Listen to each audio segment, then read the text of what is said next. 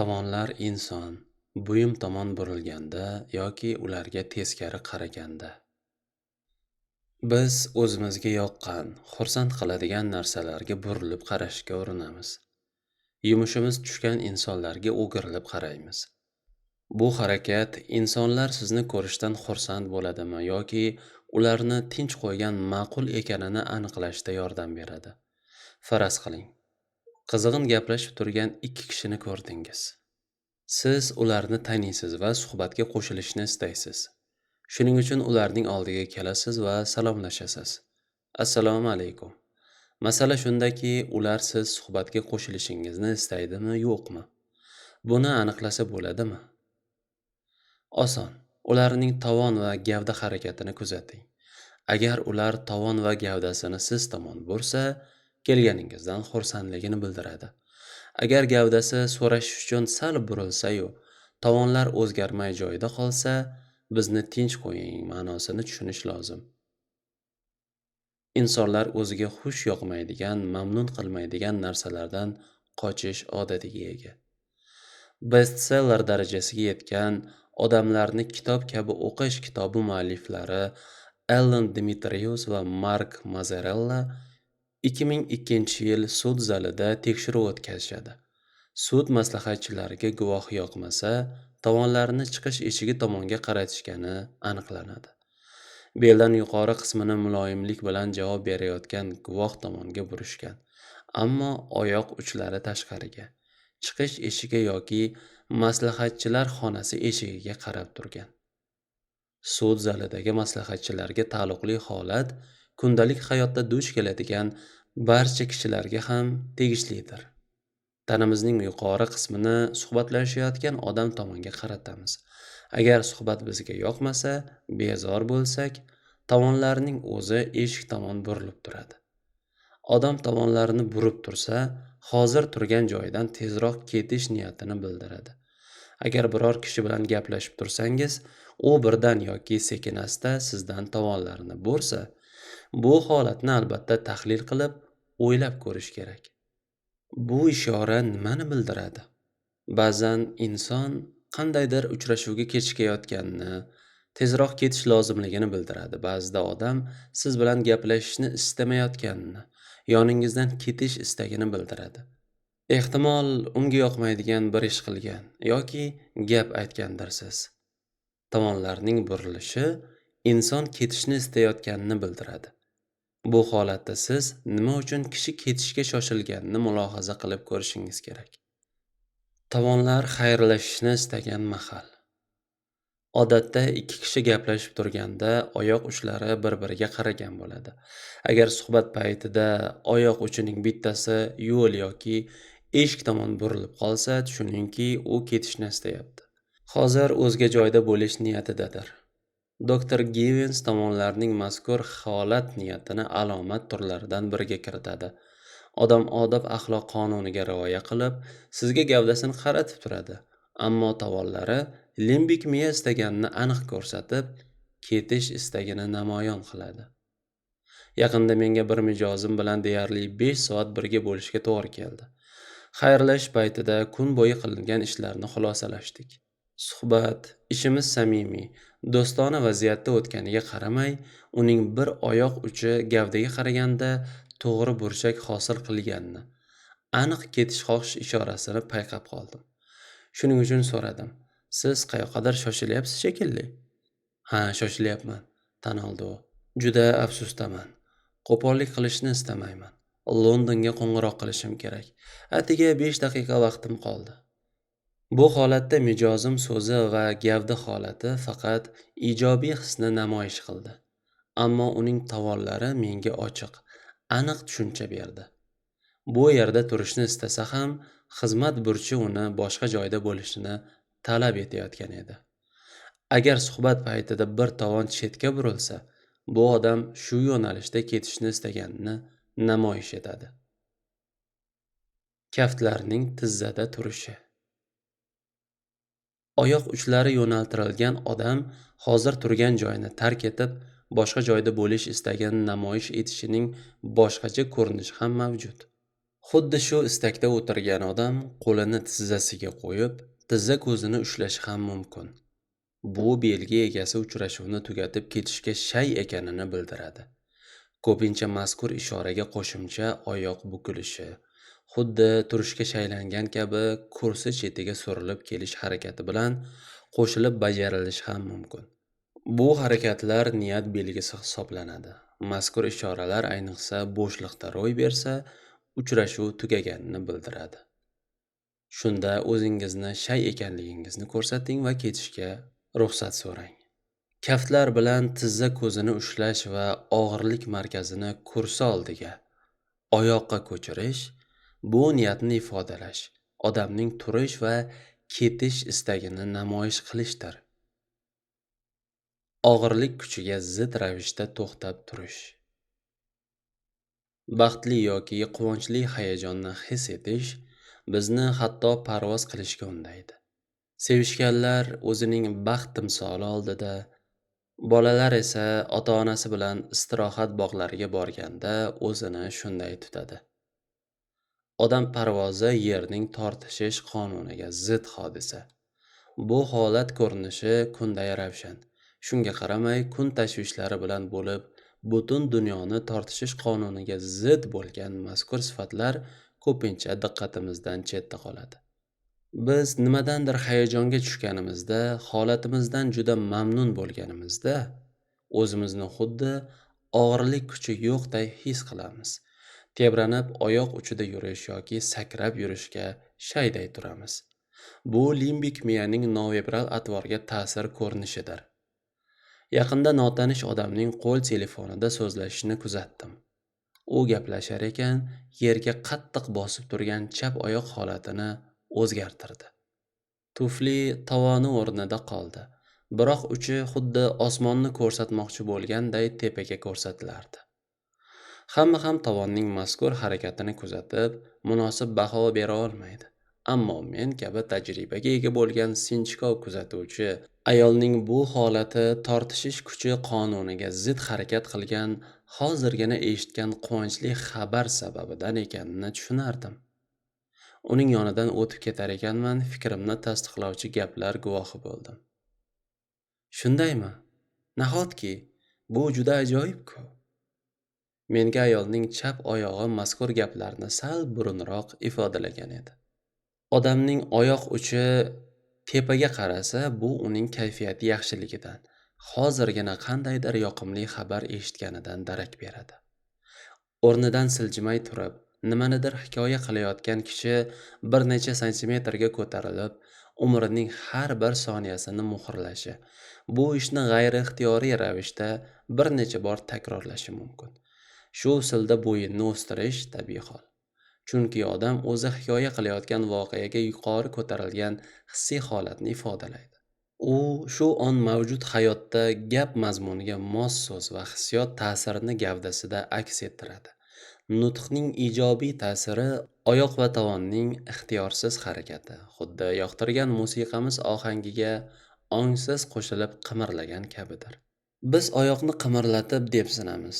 Atvorning tortishish qonunlariga zid harakatini goho o'ta ruhiy tushkunlikka uchragan kishilarda ham uchratishimiz mumkin. Tana odamning shu ondagi ruhiy hissiyotiga tegishli barcha ko'rinishlarini aniq qilib o'zida ko'rsatadi. Shuning uchun bunday hayajonga soluvchi yoqimli holatlari turli ko'rinishda bo'ladi. Yerning tortishish qonuniga zid harakatlarini sun'iy yasash mumkinmi? Mumkin deb o'ylayman. Ayniqsa bu bilan mohir san'atkor va usta yolg'onchilar shug'ullansa. Oddiy odamlar esa limbik miya ta'sirlarini aks ettirishni bilmaydi. Agar limbik miya ta'sirini ko'rsatib tortishish qonuniga zid harakat qilsa, tabiiy chiqmaydi. Uning harakatiga g'ayrat, jonlanish yetmaydi. Ko'kka tabrik uchun ko'tarilgan qo'l bilagi yetarlicha cho'zilmaydi. Keraklicha uzoq ushlab turilmaydi. Bunday ishora o'zida yolg'onning barcha xususiyatini jamlaydi. Boshqaruvsiz tortishuv kuchini yengishga intilish mutlaqo tabiiy ko'rinadi va odamning ijobiy hissiy holatini aniq aks ettiradi. Tortishish qonuniga zid bo'lgan insonning hissiy holati haqida tajribali kuzatuvchiga ko'p narsa hikoya qiluvchi atvor ko'rinishi nol holat deyiladi. Oddiy holatda tana og'irligi oyoq ustiga baravar tushadi. Nol holatda tovon ko'tariladi va og'irlik oyoq uchiga tushadi. Agar yerga baravar tegib turgan oyoq osti nol holatida keltirilsa, bu odamning qayoqqadir borish istagidan xabar beradi. Bu istak ko'rinish bizga mazkur shaxs oyoq ishtirokidagi qandaydir harakatni bajarishga tayyorgarlik ko'rayotganidan xabar beradi. Aniq niyat turlicha bo'lishi mumkin. Qandaydir topshiriq berish, bahs tashkil qilish yoki undan qochish kabidir. Xuddi boshqa novibral atvor istak ko'rinishi kabi ushbu ko'rinishni ham asosdan ajratmagan holda kishini bilishdagi o'z tajribangizga suyanib, undan keyingi harakati qanday bo'lishini tasavvur qilishingizdan iborat bo'ladi. Keng qo'yilgan oyoqlar. Eng oydin, mashhur oyoq va tovon ishoralaridan biri hududiy fe'l-atvordir. Aksariyat sut emizuvchilar kabi odam ham hududiy atvordan foydalanadi. Agar ruhiy zo'riqishga uchrasa, yengilsa, unga tahdid qilinsa yo o'zi boshqalarga tahdid qilsa shunday bo'ladi. Barcha holda u o'z hududida tasavvurdagi holatga oid nazorat o'rnatishga harakat qiladi. Militsiya xodimi va harbiylar bu niyatlarini ko'p qo'llashadi, chunki ular buyruq berishga o'rganib qolishgan. Ba'zan bir-biri bilan kim o'zarga o'ynashadi. Bunda har biri raqibdan oyog'ini keng qo'yishga urinishini ko'rib kulgingiz qistaydi. Shu usul bilan ular go'yo kengroq hududni egallamoqchi bo'lishadi. Odamlar qaltis vaziyatga tushib qolsa, oyoq va tovonlarini mahkam turish uchungina emas, ko'proq hudud niyatida keng qo'yishadi. Nozik kuzatuvchi bu yerda jiddiy kelishmovchilik yo kelayotgan ko'ngilsizliklarni ko'rishi mumkin. Agar ikki odam janjallashsa, hech qachon tayanchdan ayrilib qolmaslik uchun sira oyog'ini chalishtirmaydi. Bunga limbik miya yo'l bermaydi. Agar siz keng qo'yilgan oyoqlar orasi kengayib borayotganini payqasangiz, bu ko'p hollarda salbiy hissiyotning ortishidan darak deb biling. Bunda hukmron turgandek go'yo nimadir o'z yo'nalishida to'g'ri ketmayapti. Men bu holatni to'g'irlash uchun nima lozim bo'lsa qilaman deganday bo'ladi. Hududiy turish, keng qo'yilgan oyoqlar jo'shqin hissiyot darakchisi bo'ladi. Shuning uchun bu novibral ishoralarni kuzatayotgan yoki o'zingiz foydalanmoqchi bo'lsangiz, ro'y berishi mumkin bo'lgan ko'ngilsizliklarga shay turing. Amaliyot shuni ko'rsatadiki, holatdagi vaziyat qancha kuchli bo'lsa, oyoqlar shuncha keng qo'yilar ekan. Shuning uchun men huquqni saqlash idoralari xodimlariga ziddiyat hosil qilmay uni yo'qotish lozim bo'lsa, hududiy turishni qo'llamaslik kerakligini ta'kidlayman. Agar qizg'in bahs paytida oyog'ingiz keng qo'yilganini bilsangiz, uni darhol birlashtiring. Ko'pincha bu ziddiyat miqdorini kamaytiradi. Ish silliq bitadi. Bir necha yil ilgari seminar paytida bir tinglovchi ayol oilaviy janjallarda eri oyoqini keng yozib, eshik oldida turishi, tashqariga chiqish uchun ruxsat bermasligini so'zlagan edi.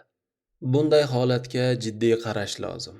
Bu ko'rinish kuchli ichki ziddiyat uyg'otishi, bo'ysundirish, qo'rqitish, tahdid vositasi bo'lishi mumkin. Keng qo'yilgan oyoq va kiprik qoqmay termulishni ommaviy vahshiylar asabi o'ta buzuq, telba, terrorchilar o'z qurbonlarining irodasini sindirish uchun qo'llaydi. Menga bir mahbus tushuntirgan edi. Bu yerdagi mavjud holat ko'rinish, qanday turish, tikilish, gapirishga bog'liq. Biz bir soniya bo'lsa ham ojiz ko'rinishimiz mumkin emas. Bilishimcha qayerda vahshiylar bilan uchrayish ehtimoli mavjud bo'lsa, biz o'z turishimiz, oyoqlar holatiga e'tibor berishimiz kerak edi. Albatta oyoqlar turish holatining foyda beradigan jihatlari ham mavjud. Siz o'z obro'yingizni o'ylab, odamlarda ijobiy taassurot qoldirgan paytingizda shunday bo'ladi. O'z vaqtida men ayol militsiya xodimlari bilan mashg'ulot o'tkazganimda, xizmat vazifasi bilan boshqarish mushkul bo'lgan olomon oldida salobat, Hukmdorlik holatini namoyish qilish uchun oyoqlarni kerib, tik turishni maslahat berganman.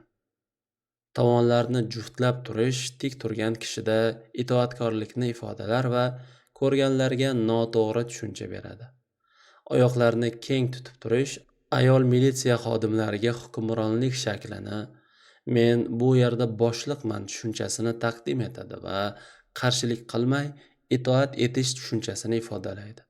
Hamda tartib buzuvchilarni osonroq tinchlantirishga imkon beradi.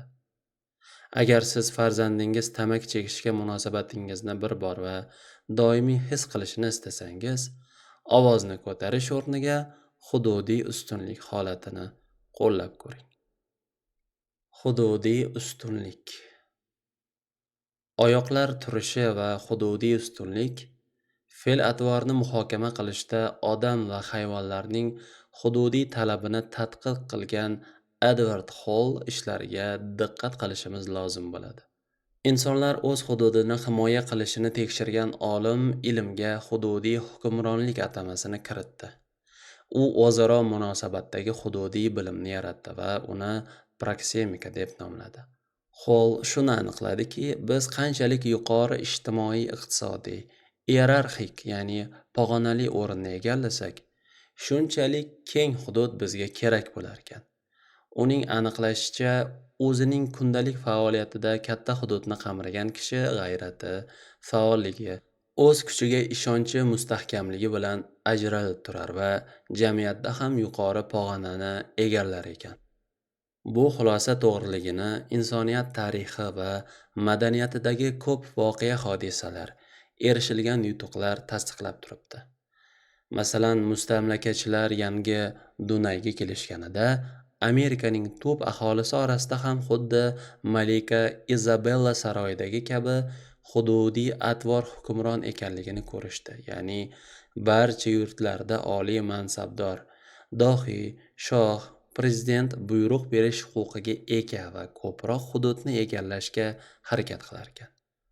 Ammo korxona boshliqlari, prezident va yuksak mansabga ega shaxslar keng hududga da'vo qilsa, qolgan barcha odamlarga bu mushkullik tug'dirar ekan.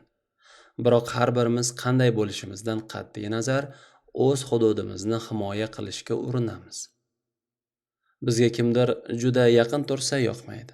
Odamlar munosabatida noviral aloqalar kitobi mualliflari Mark Knapp va Edward Hall shunday xulosaga kelishdi. Har bir kishi xulq-atvori va madaniy muhitiga qarab shaxsiy makon, hududga ehtiyoj sezadi. Begonalar bu hududga kirsa, limbik miyamiz keskin asabiy zo'riqish aks ta'sirini ishlay boshlaydi. Shaxsiy hududimiz buzilishi bizni o'ta sezuvchan qilib qo'yadi. Yurak urishini tezlatadi. Hatto yuz terisining qizarishiga olib keladi. Siz xoh odam to'la liftda, xoh bankomatdan pul yechayotgan paytingizda kimdir sizga o'ta yaqin kelib qolsa, qanday holga tushgansiz? Eslab ko'ring. Hayotdagi biror bir holatda sizga kimdir juda yaqin tursa yoki o'zingiz shunday qilsangiz, limbik miyaning salbiy ta'sirini tushunmay qolmang deb eslatib qo'ymoqdaman.